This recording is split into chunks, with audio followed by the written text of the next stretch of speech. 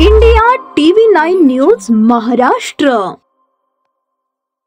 शेतजमिनीत शेतीपंपाचे पोल उभारून विद्युत पंपाला कनेक्शन देण्यासाठी 10,000 रुपयांची लाच मागितलेल्या सहाय्यक अभियंत्याला लाचलुचपत प्रतिबंधक विभागाने ताब्यात घेतले आहे।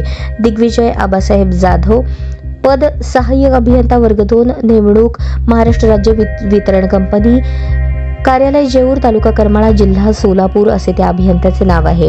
तक्रारदार यांची त्यांच्या आईच्या नावाने असलेल्या शेतजमिनीमध्ये शेतीपंपाचे विद्युत कनेक्शन मिळण्याकरता महावितरण कार्यालय जेऊर येथे अर्ज सादर केला। त्याचा पाठपुरावा तक्रारदार करत होते।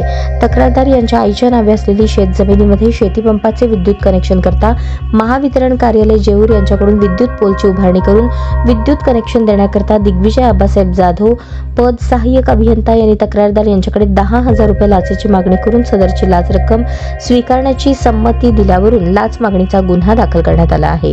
ही कारवाई उमाकांत महाडिक, तत्कालीन पोलीस निरीक्षक ACB सोलापूर, पोलीस अंमलदार शिरीष कुमार सोनवणे, अतुल घाडगे, सलीम मुल्ला, स्वामीराव जाधव, राहुल गायकवाड, सर्व नेमणूक लाचलुचपत प्रतिबंधक विभाग सोलापूर यांनी यशस्वीरित्या पार पाडली।